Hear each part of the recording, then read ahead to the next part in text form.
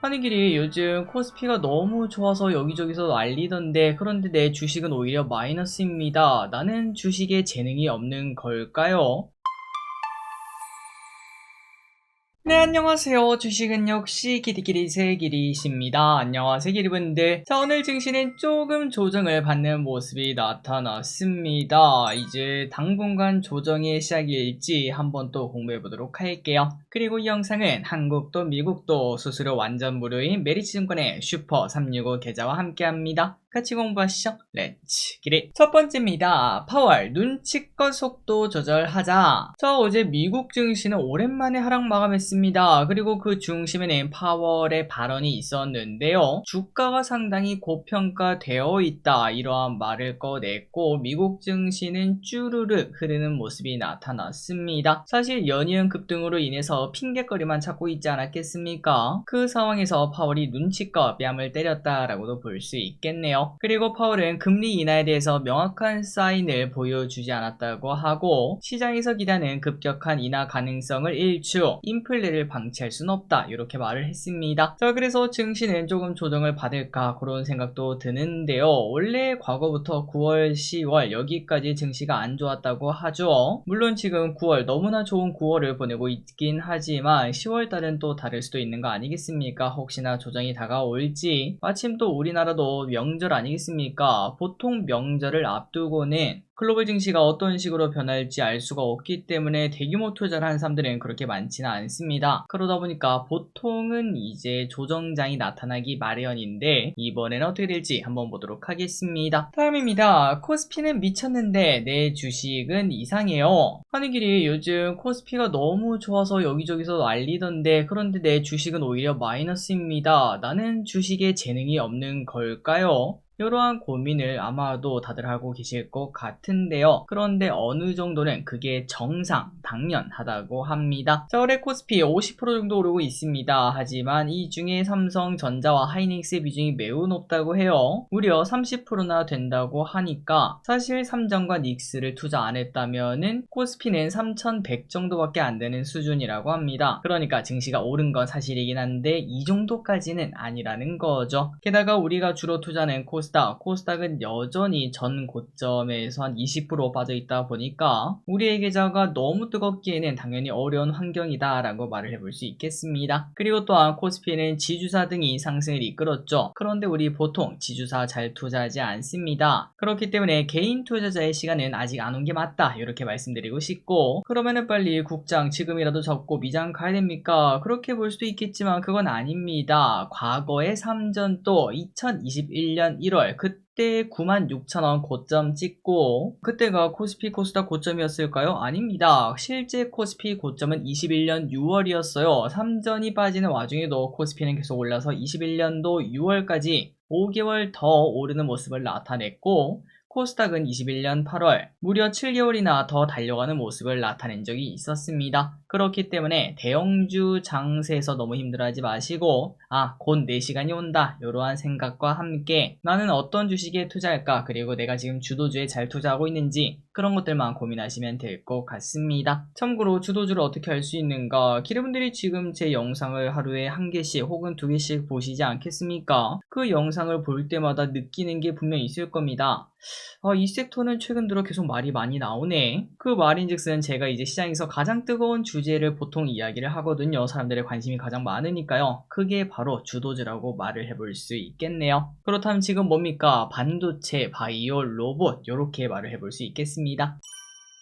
다음입니다. 마이크론 실적 서프라이즈. 반도체 봄은 진짜 오나 봅니다. 메모리 반도체 기업 마이크론의 실적이 서프라이즈가 나왔어요. AI 열풍에 힘입어 매출은 작년보다 46% 증가했습니다. 참고로 마이크론은 엔비디아에게 HBM을 제공하고 있는 상황인데 내년에는 HBM4로 전환할 예정이다, 이러한 자신감도 내비쳤다고 하는데요. 그러면서 마이크론 시간에서 조금 올랐고 앞으로 우리나라 반도체도 쭉쭉 올라가서 내년까지 기회가 있겠다, 이런 생각을 해볼 수 있겠습니다. 자, 그래서 HBM4에 대해서 이제 관심이 갈수록 커질 것 같습니다. 앞으로 뭐 HBM4 관련주 이런 것들도 등장할 수도 있을 것 같은데요. 과연 여기서는 누가 승기를 잡을 수 있을지 한번 쓱 보도록 하겠습니다. 자, 내년부터 시작될 HBM4 경쟁이 치열해지고 있습니다. 현재 반도체 업계에서는 엔비디아가 10GB 이상의 속도를 요청하고 있다고 하는데, 그런데 마이크론이 이거를 아직까지 충족시키지 못하고 있다고 하더라고요. 그래서 우리나라 삼전 닉스가 기회를 먼저 가질 것으로 보인다고 하는데, 일단은 닉스가 누가 봐도 먼저 앞서 있는 상황이라고 합니다. 사실상 주문만 받으면 바로 만들어줄게 이런 얘기까지 나온다고 해요. 자, 그렇다면 삼전은 아직도 답이 없습니까? 아닙니다. 당연히 빠르게 준비하고 있다고 하고요. 내년에 HBM 시장을 누가 얼마나 가져가는가가 중요할 것 같습니다. 그리고 개인적으로 주가만 봤을 때는 하이닉스는 그 선두권을 유지할 거라는 그런 부분이 주가에 반영되어 있거든요. 하지만 삼성전자는 그 파일을 조금만 뺏어와도 다행이다 이런 생각이 딱 주가에 반영된 거 아니겠습니까? 그러니까 주가에 들어간 기대치 자체가 다릅니다. 하이닉스는 반에서 1등하는 걸 또 1등해야 그 주가의 당위성을 인정받을 수 있는데, 하지만 삼성전자는 그대로 뭐 2등 3등 해도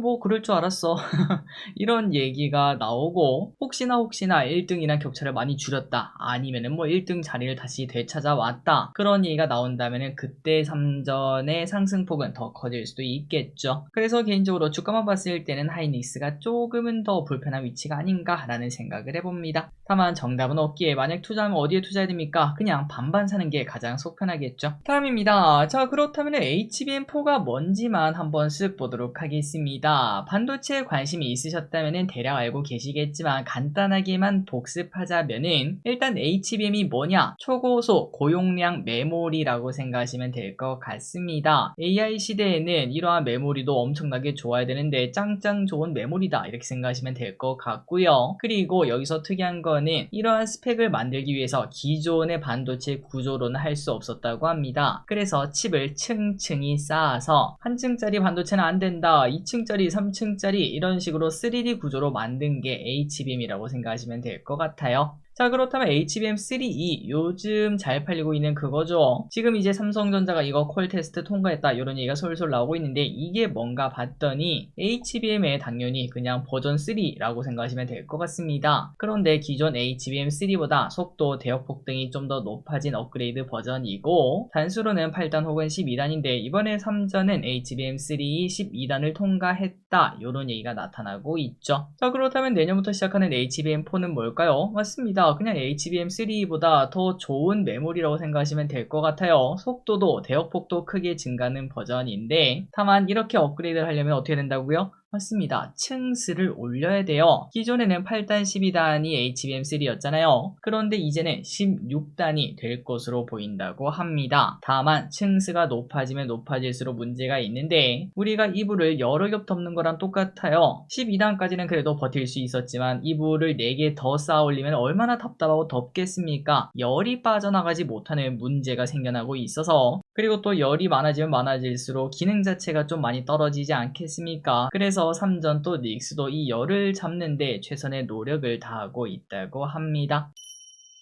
다음입니다. 9월 또 끝나가는데, 최근 한 달간 많이 오른 주식은 뭐가 있을까 하고 오랜만에 궁금해서 찾아봤거든요. 왼쪽에 순위를 봤더니 1등 테크윙, 그리고 10등 G2G 바이오까지 무려 70%가 전부 다 넘는 수익률을 자랑했다고 합니다. 만약에 기르분들이 요 10개 중에 한 개를 들고 있다 그러면은 이거 9월달 너무 따뜻해요 이렇게 말을 해볼 수도 있겠죠. 자, 그렇다면 어떤 기업들이 많았을까요? 섹터를 봤더니 반도체, 바이오가 대부분이었던 걸 확인할 수 있어서, 확실히 9월 들어서 대세는 반바로 반도체 바이오 로봇이구나 라는 생각이 듭니다. 그리고 지난달까지 좋았던 조선방사는 조금은 오른쪽으로 기어가는 모습을 보여줬고, 그만큼 증시는 역시 또 돌고 도는구나 라는 걸 증명하는 한 달이었던 것 같아요. 자, 그렇다면 다음 달은 또 어떻게 될까요? 새로운 2차전지나 네카오 등이 올라가게 될까요? 아니면은 이번 달에도 좋았던 반바로가 한 번 더 좋은 흐름을 나타낼지, 혹은 쉬었던 조방원이 다시 갈지 그거를 우리가 예측하기는 당연히 어려울 것 같습니다. 그렇기 때문에 편안하게 투자를 한다면은 지금 말했던 이러한 섹터들을 분산해서 투자하는 방법을 쓸 수도 있겠네요. 자, 테크윈과 G2G 바이오의 차트를 보도록 하겠습니다. 차트가 참 아름답죠. 혹시나 투자 신기분들이 계시다면 진심으로 축하드립니다. 다음입니다. KTNG 목표가 18만원 상향. 자, 제가 2년 전인가요? KTNG를 보고 야 진짜 저 어떡하냐 뭐 이런 생각을 했던 그런 기억이 있습니다. 그때 당시에 KTNG는 10만원도 채 안되는 주가였고 코시국 때에도 전혀 오르지 못하고 10만원 밑에서 머무르고 있었거든요. 그런데 지금 KTNG는 과거의 KTNG가 아닙니다. 주주분들은 이제 목에 힘을 주고 다닐 수 있는 그런 기업이 된 걸 확인할 수 있죠. 자, KTNG 주가 지금은 14만원까지 어느덧 올라왔습니다. 그리고 한국투자증권은 KTNG에 대해서 목표가 18만원으로 상향 조정을 했는데요. 그 근거는 니코틴 파우치 시장 진출, 주당 배당은 최소 6천원 이상, 그리고 자사주 매입, 소각 계획 등을 발표하면서 관심을 받았다고 합니다. 그리고 또한 내년 초 완공될 인도네시아 2, 3 공장을 통해서 해외 생산 비중을 늘리고 해외 진출을 하는 모습도 기대가 된다고 하네요.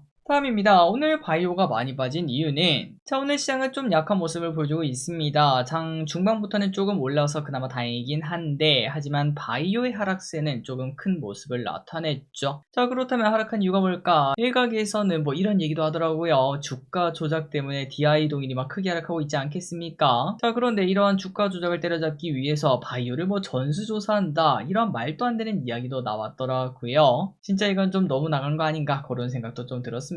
어쨌든 이건 말이 안 되고요. 그렇다면 하락한 이유가 뭔가? 일단은 금리 인하가 바이오 아니겠습니까? 하지만 금리 인하가 생각보다는 빠르지 않을 수 있다는 걱정이 나왔습니다. 어제 파월이 확인시켜줬죠. 그리고 UBS에서 비만약 시장 전망을 하향시켰다고 하고 그러다 보니까 바이오 투심이 좀 흔들린 거 아닌가. 최근 들어 또 많이 오르기도 했죠. 그러다 보니까 조정이 이유를 찾은 것으로 보입니다. 다만 이제 이러한 걱정은 왼쪽에 알테오진 차트를 보면은 최근 1년간 한 번, 두 번, 세 번의 조정장이 있었습니다. 그럼에도 계속 우상향하고 있죠. 이번에도 또 마찬가지 아닐까라는 생각이 드네요. 다음입니다. 오늘 방산주가 강한 이유는 그동안 반바로가 오를 때 조정받았던 방산주가 오랜만에 다시 상승하는 모습이 나타났습니다. 하나르스페이스 또다시 100만원 돌파했어요. 그렇다면 그 이유가 뭐냐? 바로 트럼프 때문이라고 하는데요. 러시아에 대해서 강경 발언을 했다고 합니다. 유엔 총회에서 젤렌스키와 회담을 했고 나토 국가들이 이렇게 물어봤다고요. 러시아 항공기가 자국 영공에 오면 어떻게 되느냐? 거기에 대해서 트럼프는 당연히 격추해야 된다 이렇게 말을 하면서 오늘 관심을 받았습니다. 다음입니다. 리튬 아메리카스 78% 폭등. 오늘 새벽 미국에서 시간에서 급등한 모습이 나타났습니다. 그건 바로 리튬 아메리카스인데요. 갑자기 크게 급등을 했죠. 그렇다면 이렇게 오른 이유가 뭐냐? 바로 트럼프가 이번에도 행정부가 10% 지분 투자를 할 수 있다는 이야기가 등장했다고 합니다. 아마도 앞으로 있을 전기차 시대에 대비해 리튬에 대한 중국 의존도를 줄이려는 노력이라고 말할 수 있겠네요. 그러다 보니까 우리나라 리튬주도 관심을 받았습니다. 다음입니다. 카카오 목표가 78,000원으로 상향. 어제 카카오는 이프 카카오가 끝나고 하락하고 마감이 되었습니다. 하지만 증권가가 봤을 때는 긍정적으로 평가한다고 하는데요. 삼성증권은 매수로 상향하고 78,000원을 목표가로 제시했습니다. 근거는 심플합니다. 카카오톡 내 체류 시간이 늘어날 것으로 보인다고 하고 그만큼 광고 매출이 좋아진다는 거죠. 물론 아직까지는 불편하다 왜 이렇게 바꿨냐 라는 이야기가 나오고 있긴 하지만 뭐든 처음에 당연히 불편하겠죠. 과연 카톡은 우리의 시간을 더 뺏을 수 있을까요? 만약에 여러분들이 카카오톡을 쓰는데 예전보다 좀 더 많이 쓰는 것 같아 그런 생각이 든다면 카카오를 매수하시면 될 것 같습니다. 다음입니다. 3차 상법 개정 조금 딜레이 가능성. 증시가 하락하려고 하면 이런 소식도 하락 트리거가 될 수도 있겠죠. 3차 상법 개정이 조금 시간이 걸릴 수 있다고 합니다. 그 이유는 여당 내 의견이 갈리고 있기 때문이라고 하는데요. 내년까지 밀릴 수도 있다고 해요. 갈리는 내용은 자사주를 무조건 소각해야 된다. vs 강제로 소각하는 것보다는 그냥 지배력 강화 수단으로 악용되는 것만 막자 이러한 얘기가 나타나고 있다고 합니다. 자, 그런데 어차피 뭐 합의가 될 거고요. 연말 연초에는 또 3차 상법 개정을 이유로 조정받은 지주사들 다들 증권주가 다시 오르는 시기를 확인할 수도 있을 것 같은데요. 만약에 10월 11월에 지주사나 증권주가 기회를 준다면은 담아볼 필요도 있겠습니다. 자, 그리고 이제부터 반도체 공부하는 시간을 짧게 가져보도록 하겠습니다. 지금까지 어디까지 했죠? 웨이퍼 제조 봤고요, 산화 봤고요, 포토 봤고요, 식각 봤고요. 오늘은 증차 이 단계를 확인해 보도록 하겠습니다. 지난 시간까지 살짝만 복습하면은 웨이퍼 만든 다음에 그리고 그거를 녹슬게 만드는 거 산화라고 말을 했죠. 그 다음에 이제 녹슬게 만들었으니까 거기다가 그림을 그려야 됩니다. 포토로 밑그림을 그린 다음 식각으로 불필요한 부분을 제거하고 결국 이런 식으로 웨이퍼 위에 녹슨 부분에 그림이 그려져 있는 그러한 상황까지 온 걸 확인할 수 있죠. 자, 그리고 이제 다음은 증착입니다. 증착에 대해서 이제 말씀드리자면은, 자, 증착 공정에 대해서 설명드리도록 하겠습니다. 오늘은 웨이퍼의 얇은 막을 증착하는 증착 공정을 말씀드릴 건데요. 그런데 일단 진짜 심플합니다. 자, 왼쪽에 보시면은 웨이퍼, 산화막, 감강액 이렇게 남아있던 거 기억나시죠? 지난번에 다 그림 그리고 난 다음에 모양입니다. 그런데 이제부터 감강액은 필요 없지 않겠습니까? 이 감강액을 먼저 없애기 위해서 PR 스트립을 통해서 감강액을 날리고요. 그 다음에 그 위에다가 이런 식으로 얇은 막을 씌워요. 그래서 방막, 얇은 막을 씌우는 거 이걸 그냥 바로 증착이라고 말을 합니다. 진짜 간단하죠? 자, 다만 이 방막에는 종류가 좀 있습니다. 금속막을 씌워서 소자 사이에 전기적 신호를 연결하는 경우도 있고요. 그 반대로 전기가 흐르면 안 된다. 그럴 때는 절연막을 씌우는 경우도 있다는 거. 그래서 이제 왼쪽에 그림을 보시면은 조금 정신없이 생겼지만 우리가 이때까지 공부하지 않았겠습니까? 반도체는 계속 여러 층으로 건물을 쌓는 구조와 동일합니다. 그런데 층마다만 연결이 되어야겠죠. 연결시킬 때는 금속막이 이런 식으로 막 세로로 들어가기도 하고, 그런데 얘랑은 연결이 되면 안 돼요. 그런 곳은 절연막을 이런 식으로 씌우는 걸 확인할 수 있습니다. 그러니까 증착 이유가 뭔지 아시겠죠? 금속막과 절연막을 적재적소에 씌워서 반도체 길을 잘 닦는 과정이라고도 볼 수 있겠네요. 자, 그렇다면 이제 증착은 두 가지로 나뉠 수 있습니다. PVD와 CVD로 나뉠 수 있는데 그냥 한국어로 하면은 물리적이 바로 PVD고요. 화학적이 CVD를 말을 합니다. PVD는 고체 재료를 열이나 플라즈마 등을 통해서 기화시켜서 그러니까 뭐 양초 같은 느낌이라고 생각하면 될까요? 양초에 열을 가하면 쭉쭉 녹지 않겠습니까? 그런 느낌으로 증착시키는 거를 PVD라고 말을 하고요. 다만 이거는 균일한 두께로 방막이 형성되지 않다는 그런 단점이 있다고 합니다. 그래서 CVD가 사용되는데 화학적 증착으로 가스 상태로 이런 식으로 넣어서 화학 반응으로 증착시키는 거, 그리고 요거는 당연히 기체가 반응하다 보니 균일하게 잘 코팅이 된다는 장점을 가져올 수 있겠죠. 그리고 마지막으로 우리가 조금 뒤에 볼 건데요. ALD라는 게 있습니다. 화학적 방식 안에서 원자 단위로 한 층 한 층 진짜 얇게 하는 방식을 ALD라고 말을 하는데 이거는 반도체 초미세 공정에서 사용된다는 것만 알고 넘어가시면 될 것 같습니다. 자, 그러니까 심플하죠. 증착이 뭐라고요? 맞습니다. 얇은 막을 씌우는 거고요. 이 막은 금속막일 수도 있고 절연막일 수도 있고 적재적소의 물리적 증착 PVD 그리고 화학적 증착 CVD를 통해서 이런 식으로 막을 씌우는 과정을 증착이라고 한다는 거 체크하시면 될 것 같습니다. 참 쉽죠? 자, 그래서 이제 마지막으로 이제 오늘의 반도체 기업을 보도록 하겠습니다. 지금까지 본 기업들 살짝 복습하면은 두산 테스나, 이오테크닉스, 테크윙, ISC, 이스페다이스, 심텍, 기가비스, 캠트로닉스, 파두, 솔브레인 여기까지 봤는데요. 지금까지 본 기업들 대부분 후공정 그리고 유리기판, SSD 컨트롤러, 식각 소재 기업까지 확인을 했죠. 자, 그럼 이제 오늘의 기업이 뭐냐? 바로 테스입니다. 예상하셨다시피 증착에 관련된 기업이고요. 소부장에서는 장비에 위치하고 있는 기업이죠. 자, 시가 최근 많이 올라서 8,600원까지 올라왔고요. 최근 나온 리포트 목표가는 49,000원. 최근 주가가 좀 많이 급등하다 보니까 일단 먹을 거는 크지 않지만 하지만 조정시 혹은 내년에는 목표가가 더 높아질 수도 있는 기회를 잡을 수도 있겠습니다. 자, 그러면 이 기업은 뭐 하는 기업인가? 진짜 간단합니다. 간단하게 말씀드리자면은 전공정 장비 기업이고요. 전공정에서도 증착에 관련된 장비인 ALD, CVD를 만들어서 파는 기업입니다. 하이닉스와 삼성전자에 공급하고 있고 특히 아까 봤었죠. 초미세 공정에 필요한 ALD 여기에서 경쟁력을 인정받는 기업이라고 합니다. 그래서 메리츠 증권은 여기에 대해서 이렇게 말했어요. 올해도 좋은데 내년은 더 좋다라고 평가했고 4분기에는 신규 디램 공장량 매출과 낸드 전환 투자 관련 매출이 집중되지 않겠나 이런 얘기를 했습니다. 그러니까 반도체 사이클이 온다면 장비가 쭉쭉 들어가고 그 수혜를 기대할 수 있다는 거죠. 자, 다만 단기 주가 급등에 따른 부담감은 있을 수 있다고 합니다. 그래서 신규 투자자분들은 조정 시 매수를 고민해 볼 필요가 있고 보통 이렇게 우상향하는 기업들은 21선 다시 닿을 때 그때가 기회일 경우가 많더라고요. 미리 공부해 보시고 나중에 주가가 빠졌을 때 한번 매수를 할지 고민해 보시면 될 것 같습니다. 그리고 실적을 보시면은 확실히 사이클을 타는 사업인 걸 확인할 수 있죠. 23년도에 실적이 확 박살났다가 다시 쭉 올라오고 크게 성장하는 모습. 내년 퍼가 12, 내후년 퍼는 10까지 떨어지는 것도 확인할 수 있습니다. 반도체 사이클이 확실히 온다. 그러면 추가 상승 기대감 분명 가져볼 수 있겠죠. 자, 오늘 공부까지 끝났습니다. 항상의 가치 공부에서 진심으로 감사합니다. 지금까지 길이셨습니다. 빠이요.